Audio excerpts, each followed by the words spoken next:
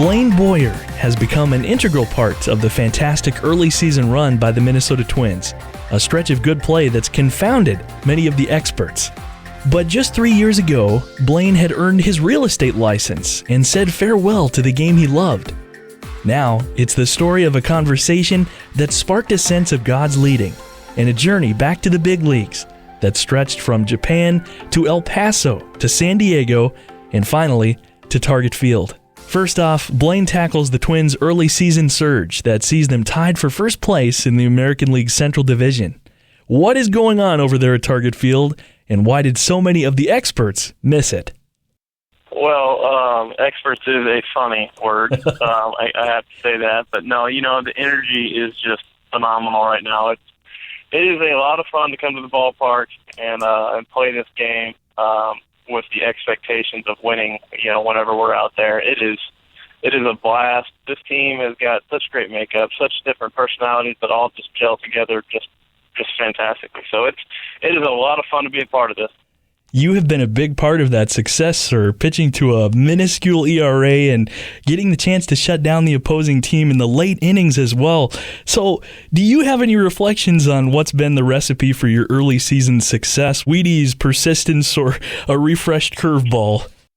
Little mechanical adjustments I've been able to make that have certainly helped. Confidence on the mound obviously certainly helps. But I'll tell you what, man, I'm not the one writing the script in my life. Mm.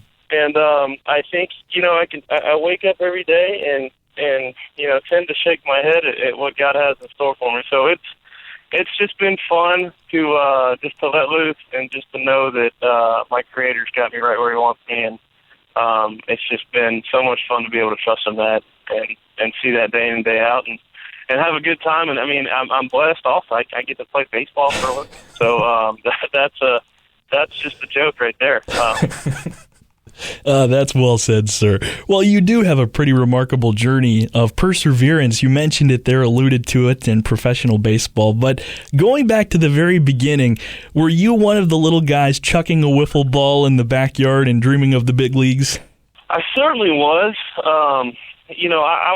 Sports played a huge role in my life growing up, of course, much like all these guys that you play ball with. But, it also actually kind of entered over into a little bit of idolatry. You take and what people say about you on whether it be the baseball field, the football field, and if it's good or if it's bad, regardless, if you're playing for man's acceptance, you got some serious issues, and I certainly did that early on.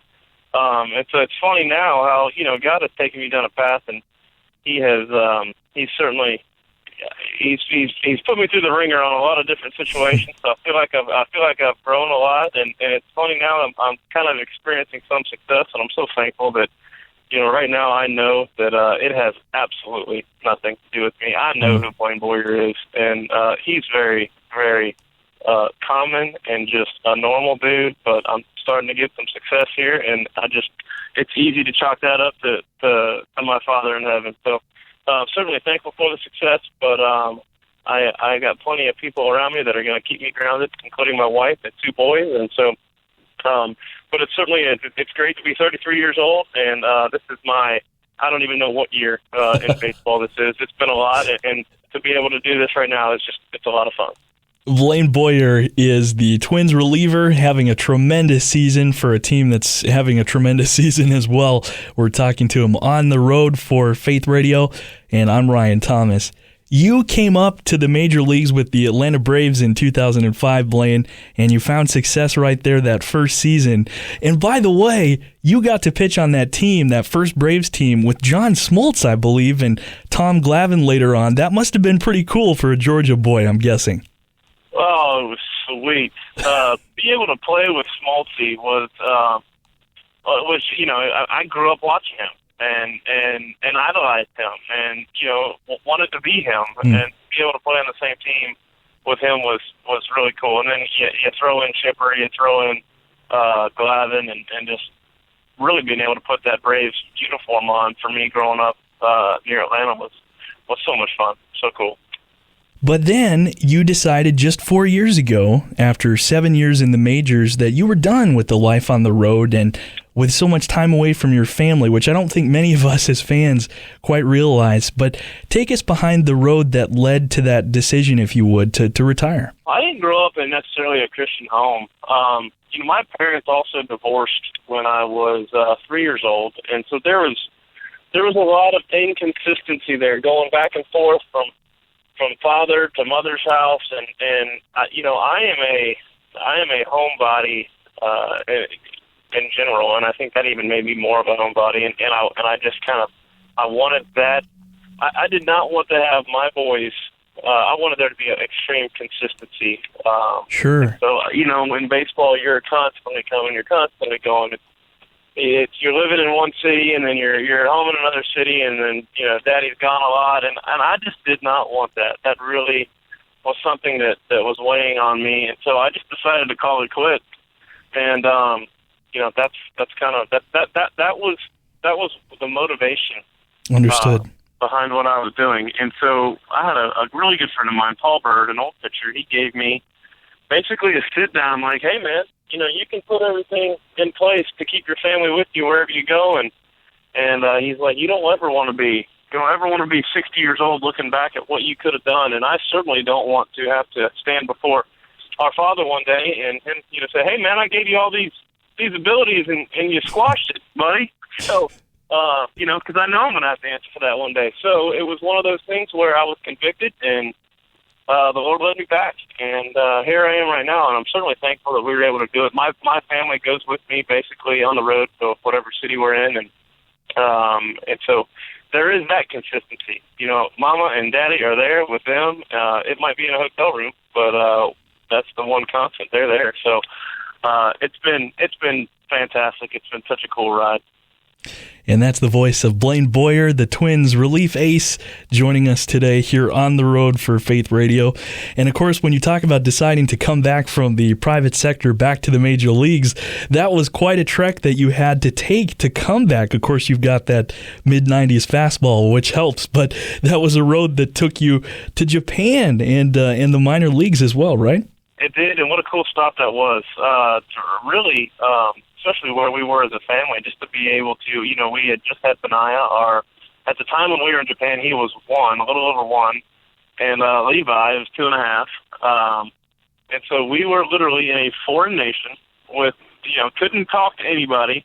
We were by ourselves, and it was awesome. We just kind of huddled up together as the Boyer family in Japan, and we had an absolute blast. My wife would tell you, if she were here right now, she would tell you how much she loved it, and the boys loved it, and they learned a little bit of Japanese, and just a cool experience all around. So after all of that effort, what was the feeling like to take the mound again with the San Diego Padres and make it back to the major leagues? It was very emotional. It was I do remember the very first time I was warming up in the bullpen in San Diego and was getting ready to go into a Major League Baseball game, and I looked back and my two boys were sitting right there, right at the fence, and they were shocked that I was out there and all these people were watching on their face.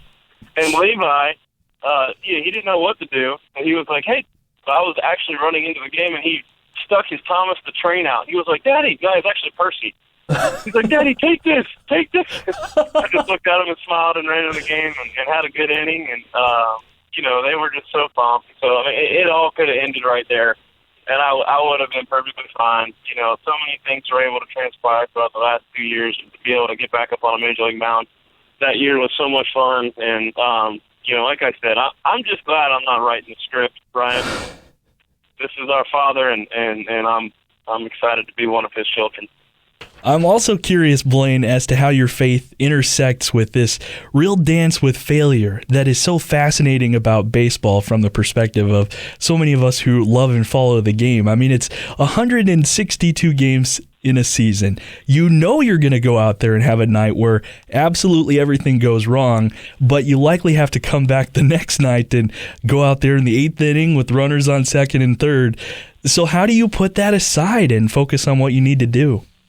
Well, in baseball terms, it's called short-term memory. You got to have short-term memory. You got to be able to forget forget all the failures because you're going to have them. Another really dangerous thing on the spiritual side is, in a game of baseball, and I mean, you can really relate this to any profession, you're only as good as you put out on the field.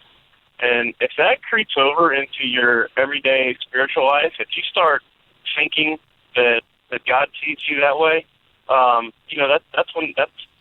gets you in trouble. That's a terrible road to go down. And so, and I certainly dealt with that. I felt there were so many times in the game when I just fell on my face, and I was just awful.